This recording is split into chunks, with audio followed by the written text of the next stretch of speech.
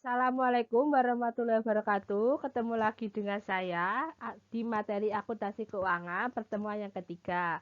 Kali ini kita akan melanjutkan materi tentang di pertemuan yang kedua, yaitu kas bank.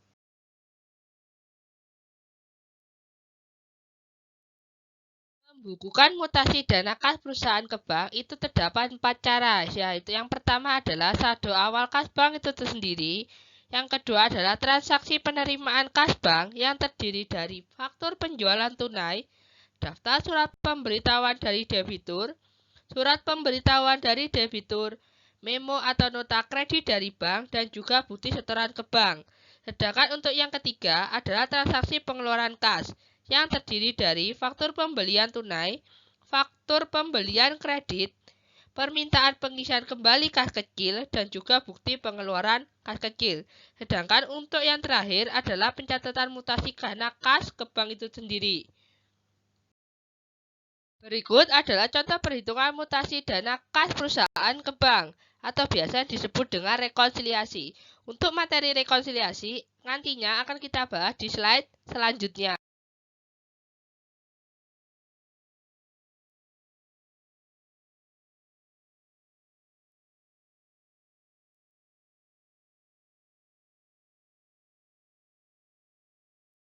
Setelah selesai mencatat mutasi dana kas perusahaan ke bank, nanti akan terlihat adanya perbedaan saldo kas perusahaan dengan saldo kas bank.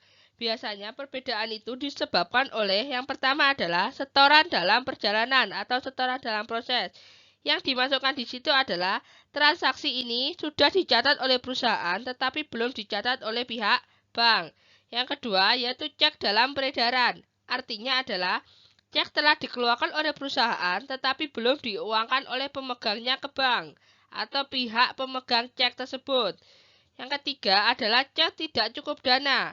Artinya di sini adalah saat menerima cek dari pelanggan, perusahaan mencatatnya dengan menambahkan besarnya penerimaan ke dalam saldo kas bank dengan cara mendebet kas bank dan mencatat di sebelah kredit piutang atas nama pelanggan, sedangkan cek tersebut ditolak karena di dalam cek tersebut tidak ada dana. Sedangkan yang keempat adalah penagihan piutang wesel beserta bunganya lewat bank, tetapi belum dicatat oleh pihak perusahaan. Yang kelima adalah jasa giro. Yang keenam adalah beban jasa bank. Yang dimaksudkan dengan beban jasa bank adalah beban administrasi, beban clearing, beban penagihan piutang lewat bank, beban buku cetak buku cek, dan lain sebagainya. Untuk yang terakhir adalah kesalahan dalam pencatatan. Yang dimasukkan dengan kesalahan dalam pencatatan di sini adalah perusahaan perlu membuat jurnal koleksi dalam pembukuan apabila kesalahan pencatatan dilakukan oleh pihak perusahaan, yaitu untuk menyamakan antara saldo kas perusahaan dengan saldo kas bank. Berikut adalah kasus yang mempengaruhi antara perbedaan dari saldo kas bank dengan saldo kas perusahaan. Yang pertama adalah menurut catatan perusahaan. Penerimaan yang sudah dicatat oleh bank tetapi belum dicatat oleh perusahaan dan juga kesalahan pencatatan pengeluaran terlalu besar atau tinggi.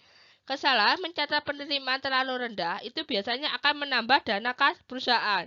Sedangkan untuk yang pengeluaran yang sudah dicatat oleh bank tetapi belum dicatat oleh perusahaan, kesalahan mencatat pengeluaran terlalu rendah, kesalahan mencatat penerimaan terlalu tinggi, atau setoran yang tidak cukup dana itu biasanya akan mengurangi saldo kas perusahaan. Sedangkan untuk yang dari sisi kas bank adalah setoran atau penerimaan yang sudah dicatat oleh perusahaan tetapi belum dicatat oleh bank, setoran dalam proses atau dalam perjalanan, kesalahan mencatat pengeluaran terlalu tinggi, kesalahan mencatat penerimaan terlalu rendah.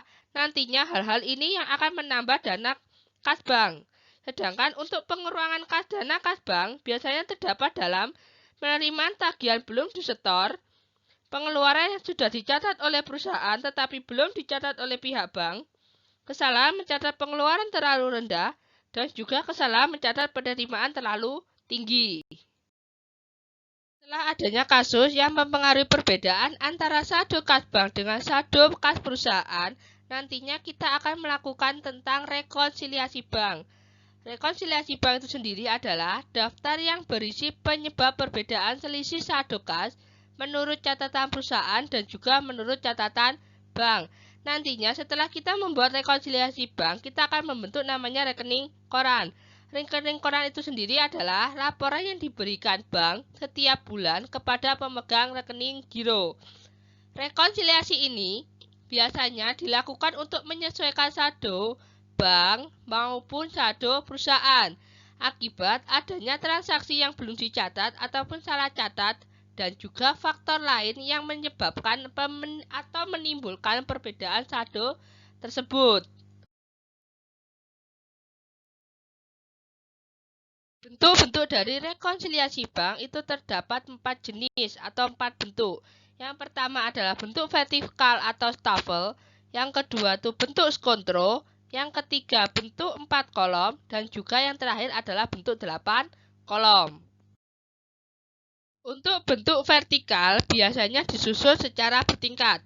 Untuk bagian atas biasanya untuk rekonsiliasi saldo kas perusahaan, sedangkan untuk yang bagian bawah untuk rekening saldo rekonsiliasi kas bank. Artinya untuk yang atas disesuaikan dulu dari kas perusahaan dan yang bawah ada disesuaikan untuk rekening kas bank. Untuk lebih jelasnya kalian lihat gambar di sebelah kanan kalian. Sedangkan untuk bentuk skontro dibuat secara sejajar atau sebelah. Untuk sebelah kiri, rekonsiliasi kas perusahaan, sedangkan untuk yang sebelah kanan dibuat untuk rekonsiliasi saldo kas bank. Lebih jelasnya kalian lihat gambar di bawah kalian. Untuk bentuk 4 kolom, biasanya yang dibuat hanyalah dari pihak bank sendiri.